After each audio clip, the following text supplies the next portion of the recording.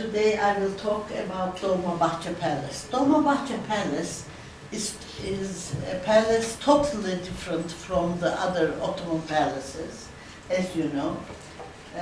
Remember the Topkapı Palace.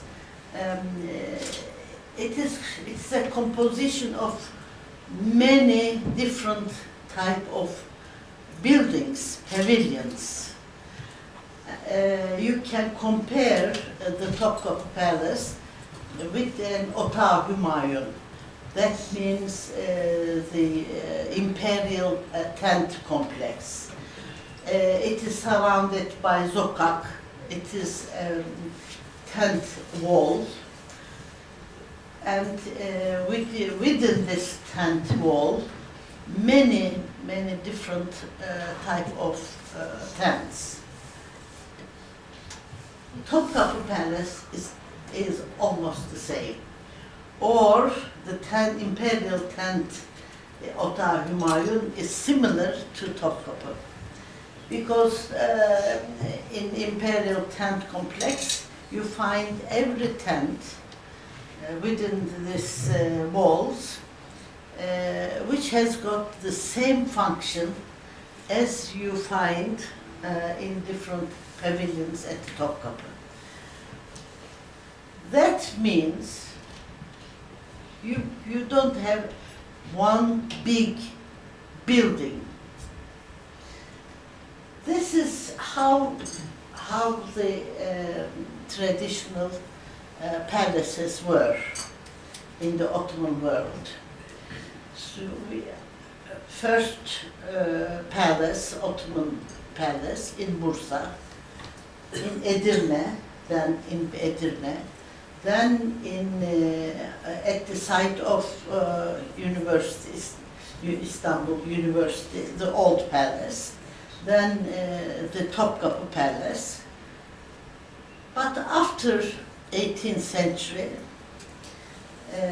the Western influence emerged, and different type of architecture the Ottoman sultans wanted to see around them. And Kağıthane has become the first example for that movement. Abdülmecit wanted to have a palace like a European palace. So he had built many palaces were built, Beşiktaş and Çırağan, many palaces along the Bosphorus. They were built, and they were one big building. Of course, there were several other buildings, but mainly one big building. Dolmabahce is a better example of this kind. And when you look at it, you find so many different architectural styles. It's a mixture of styles. You find a mixture of European architectural styles. It is very eclectic. And looking at it, you feel that it is like a European. But people still were very traditional. So how they lived in this European-looking palace? That was my question I asked. So, like many other visitors, I visited Dolmabahce Palace many times. But I tried to see how they changed the palace for their Ottoman lifestyle. I tried to pick up the things that made it Turkish. Remember the Topkapı Palace? There are many courtyards in one axis. You enter the Babı Hümayun, and you are in the first courtyard, where there is Aya Irini and many other buildings. Then you come to the entrance of the museum, Babu Sade. This is the second entrance. Okay, you enter the second courtyard. It is the courtyard where all the ceremonies took place. Then, after this, you enter, you come to White Eunuch's entrance. Then you come to the third. So we have several entrances and courtyards on one axis. Now I'm showing this slide to you where you find the same understanding. Of course, the architectural style is totally different. The first courtyard, then the second courtyard, then you come to the main building. So the same idea.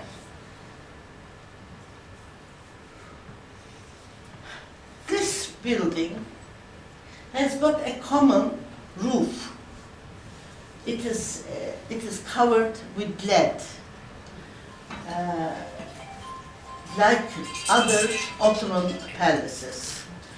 It is very important. All the Ottoman palaces are covered with lead, and when there is somebody out of who came from the court and has got different attitude, a little bit mad, they call Deli Saraylı. And what they say, she slept under the lead roof. That means she lived in the palace, because they were all covered with lead. So what we find, they did not use any other roof material but the lead. This is also another traditional aspect for me.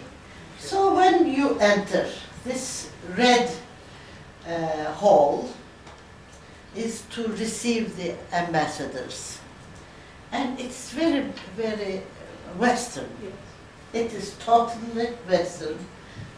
In here, I cannot find anything traditional Turkish. So, when we go to the Muayyede Salonu, this is where many ceremonies took place. I can compare it with Hünkâr sofası in the harem. It is the largest room at the Topkapı. And in there, the sultans received the courtiers to welcome the courtiers during the bayrams. And in here also, this sort of ceremonies took place. There are a lot of Ottoman, traditional Ottoman aspects in this room. It is hall. It is very huge. You know, when I was photographing myself, you know, looking at every detail. Oh my God!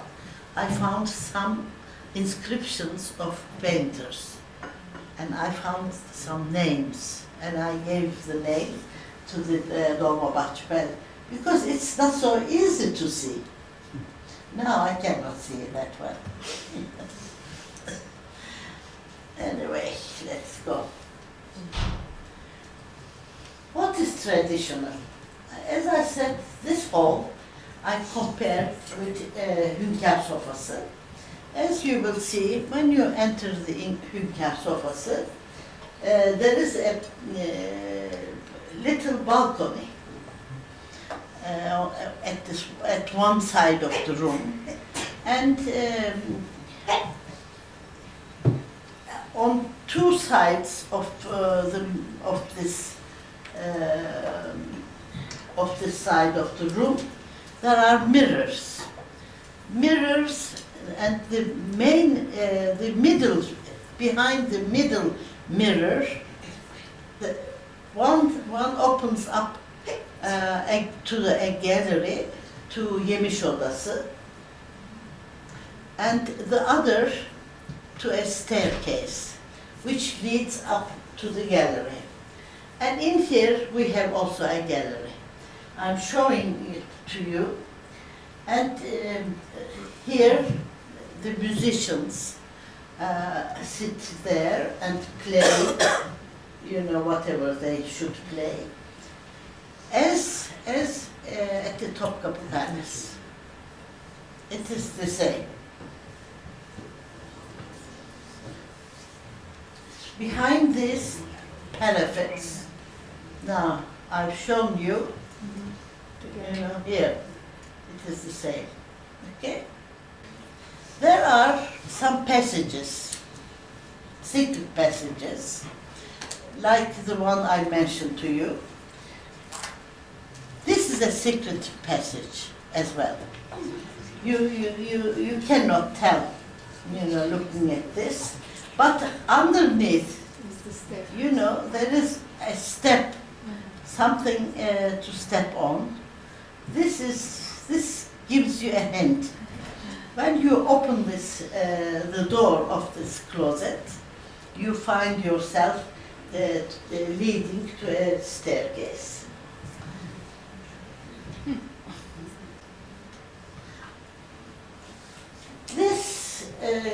Behind this grill, all the women of the harem sat and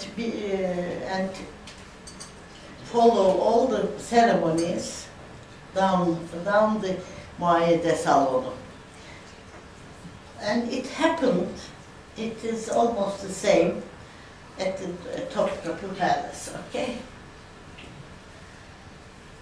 After a long corridor, you find this door, but you cannot find this door like this. It's always open to the public. When it's open to the public, to the visitors, of course they open up these doors. But I close it for you to photograph. Long corridor and an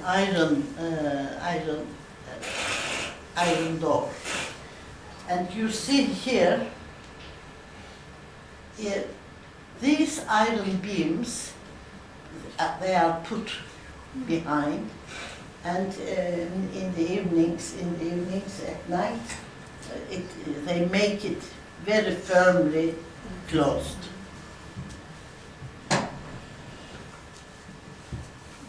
What is behind that door?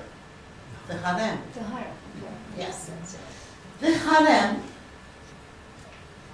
is partly in here, and then there's a wing going up this way. This is where people live, but the imperial rooms are here. As I told you, it is very interesting to look at the palaces from the top. You can see much better. This wall is the wall of the building which was devoted to the princess. Veliaht Köşkü, Veliaht Sarayı, ne denir? Veliaht Dairesi, they call it. But this wall has got all blind windows, because this part looks over the harem garden. And because they are big, they are not anymore small boys, they are grown up, and they were separated from their mothers, and they live in another building they should not be able to see the harem woman, and all these windows are blind. Why they did not just leave it all blank? Because of the aesthetic, for the aesthetic point of view, they put them like this. When you walk or drive along the wall of the Dolmabahce Palace, from the land part, you see very high walls, but the walls are not at the same height. They come like this, and suddenly they come up, and they become very tall, and they continue.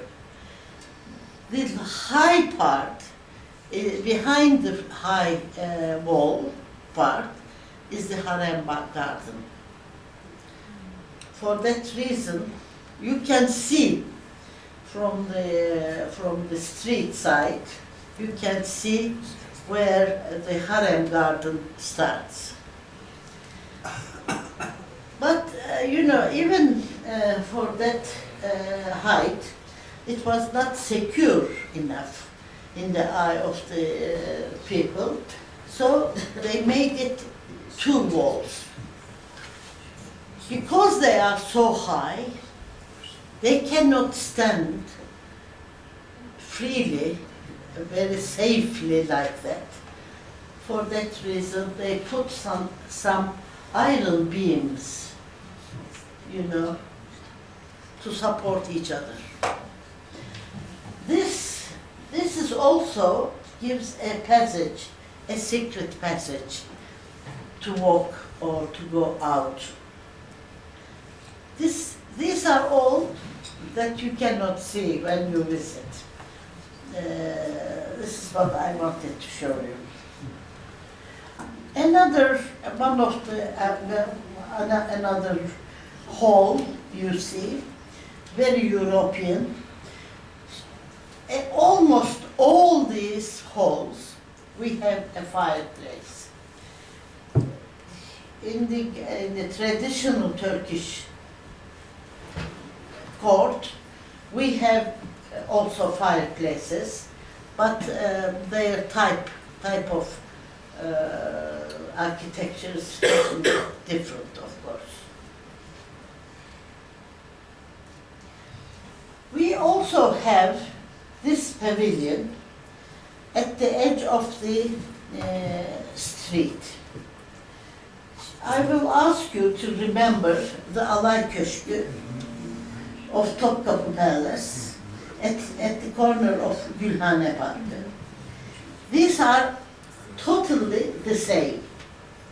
These are the windows of the palace to the outer world. And we are also at Alay Köşkü. The Sultan used to sit down, and when there was a procession of guilds, he watched the procession from this Alay Köşkü. And in here, we remember, there is a saying that Abdulaziz once, he was told that he was spending too much money, and the public was very, very angry about that, very wrathful. He was standing and he saw a smith, a cement seller. And of course, poor man is half naked and so on, in very rubbish costumes. He said, "You are talking about the public. Do you mean these people?" He said. But of course, afterwards, he suffered what he said. So this means that they could see the real public out of the windows of these pavilions. And it's called Camlı Köşk. I work in this.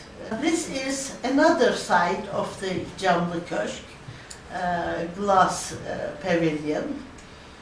And behind that we have a garden which is devoted to some animals and birds.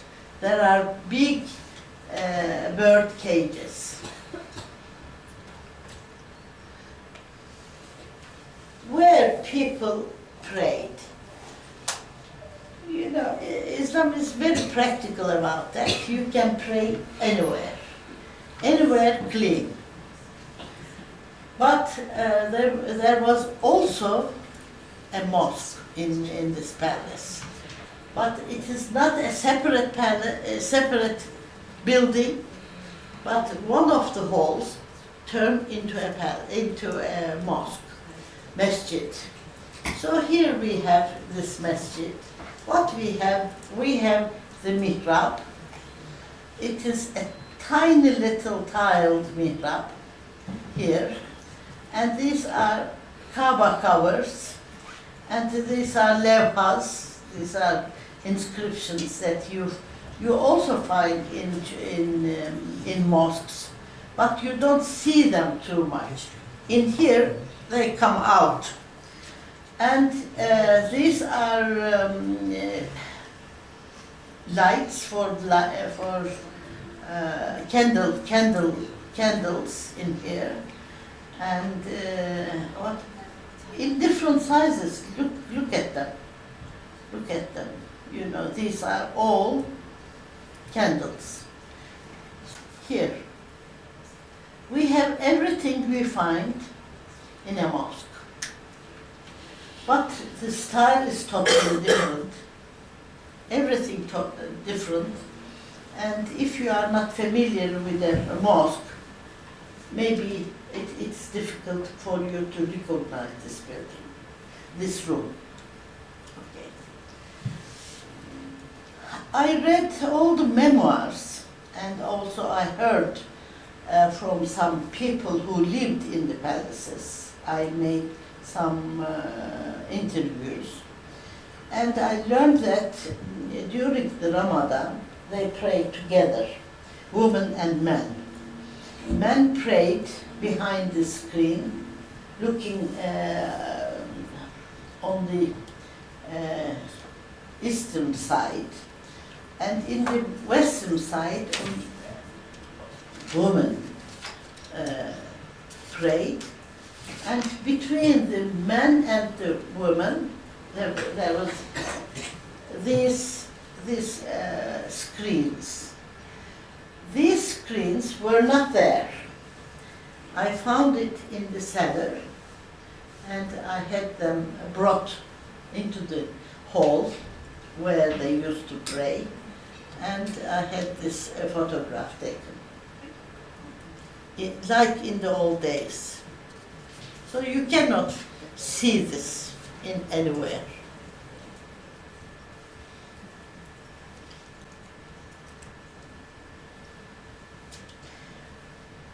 This is also another room. Going to the masjid, it is a room near the masjid. People got prepared to go to the masjid in this room. And what I want to show you in here, these bottles. These are bottles. I did not check, but I think they are empty. But the mouth of the bottles are securely closed because they contain Zemzem suyu.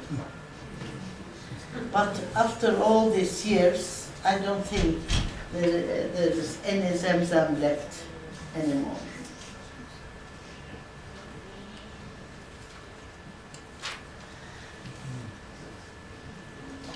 You remember, you were at the ball. This is very traditional. The people, old people especially, important people when they wanted to wash their hands.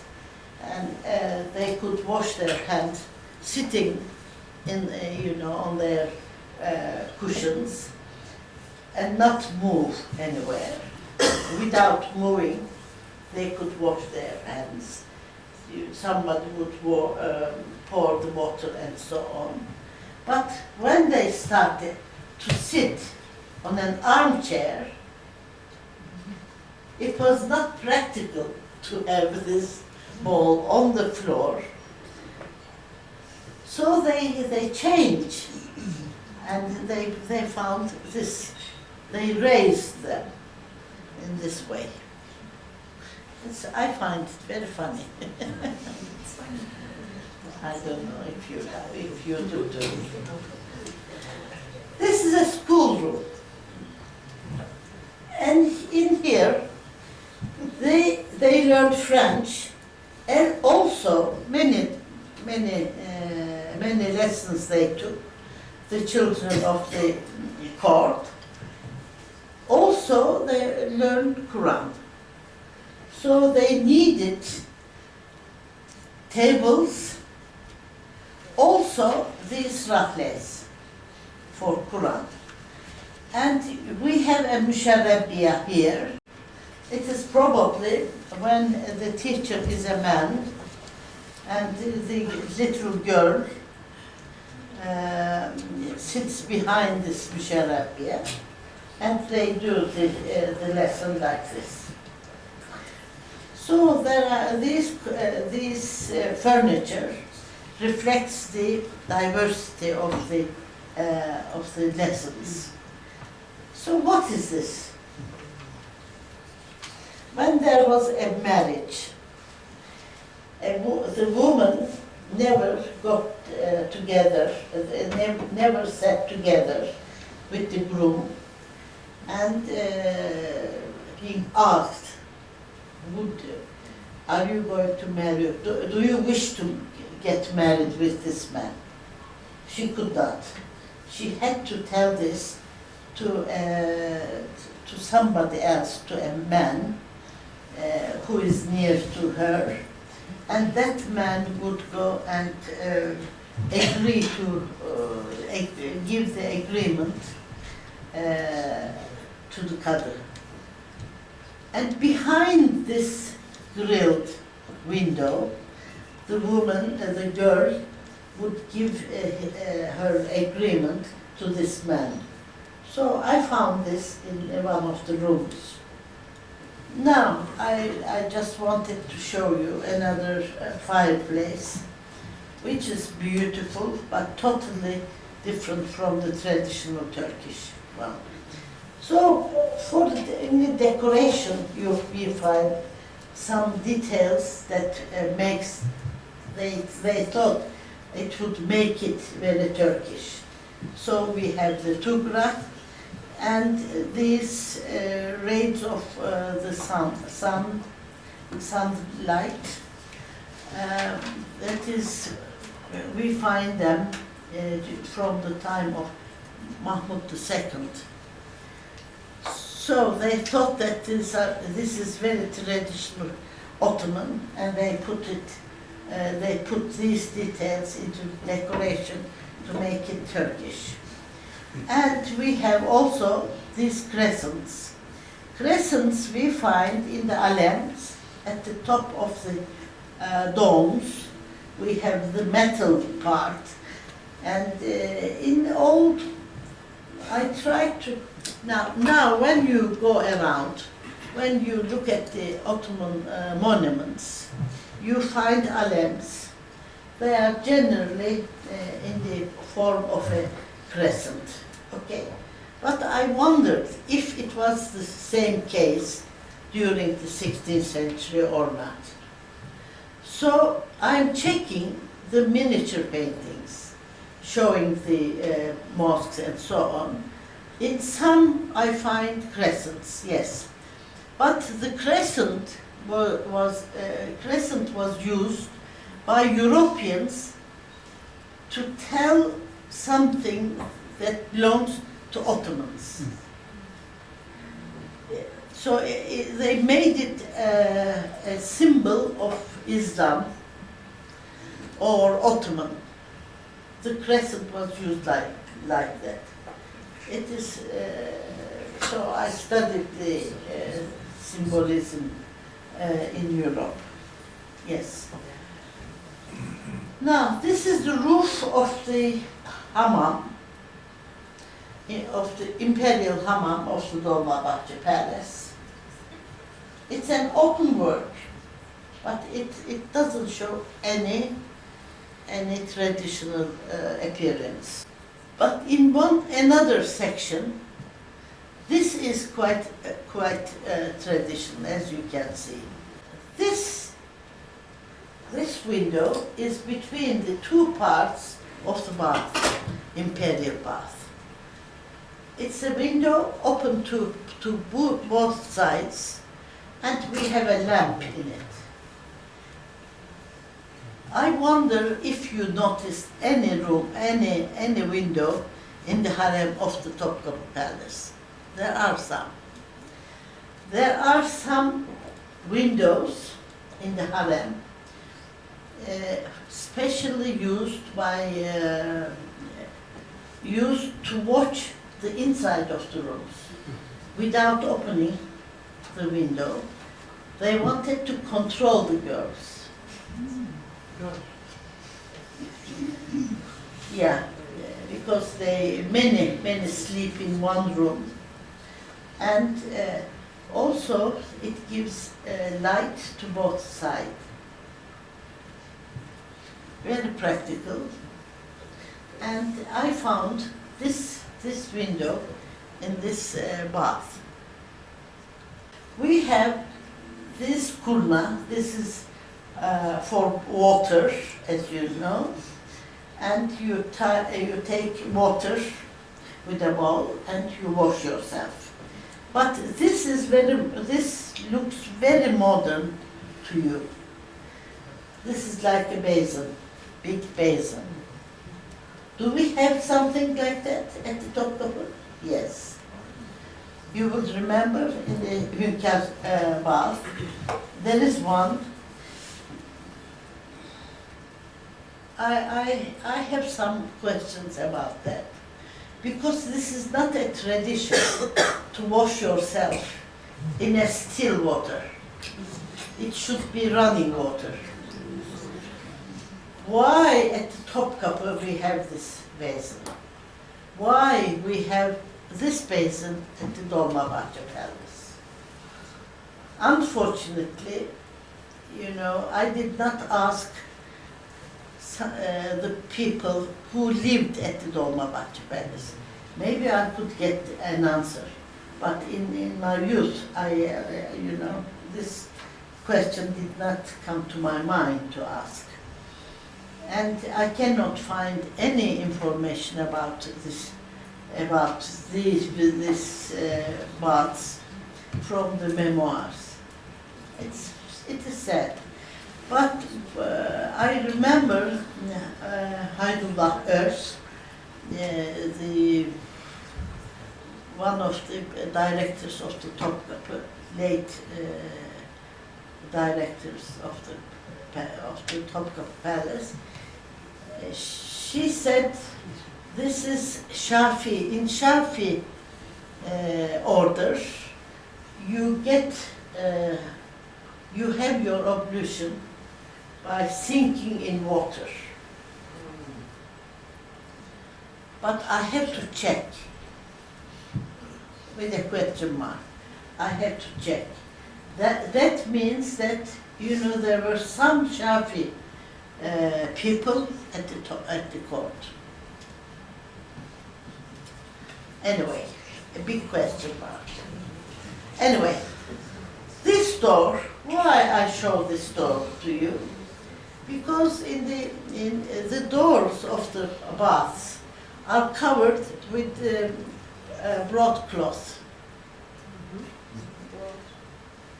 And here we have as well. There are some other baths in the Dolmabahce Palace, and we have got the traditional type of water basins like these, but of course it's called ayna. This part is called ayna. This part of the water feature is in style quite different. But look at this. This is quite traditional. Now, in the harem, in the depth of harem, we find a lot of rooms like this, furnished like this. These are oak cushions on the floor, and we understand that they sit cross-legged on these cushions, and they have braziers to warm themselves. In the rooms, in the imperial sleeping rooms, we find these big closets. They are like room door. This is yüklük. It is totally like yüklük, as you can see in here. And they never slept alone, you should remember. Even if the Sultan has got a woman in his bed, there were always some people near to his bed. Maybe very close. You know, poor people, they are never left alone. Not maybe in the room, but somewhere very close. They slept, and in any case, when he needed something, and also for security reasons. So that means that for these people, they needed some mattresses, some bed, quilts and so on.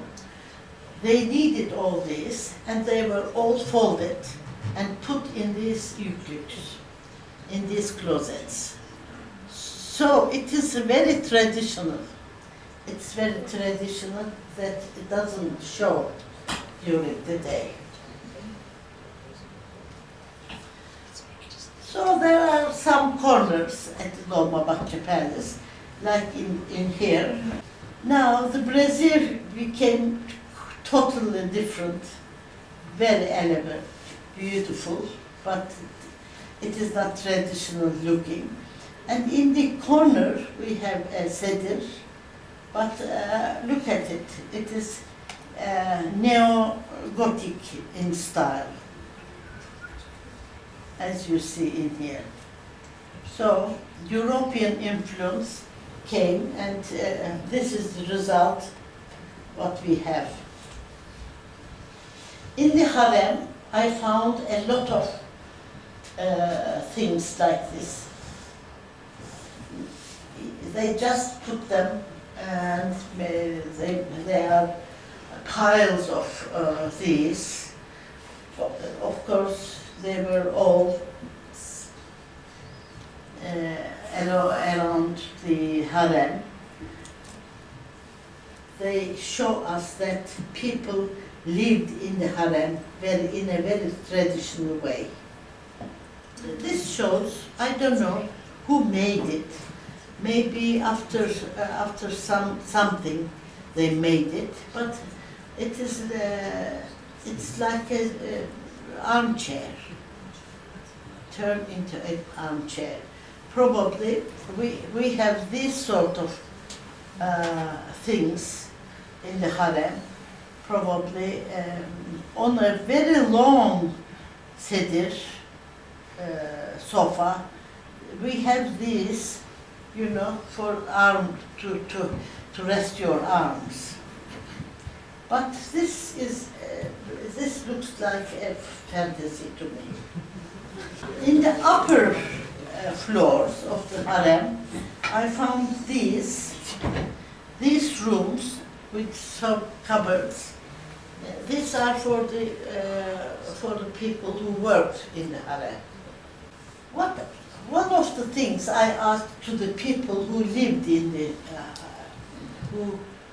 who has been in the palace, I said, when you were hungry, you know, you should go to the kitchens.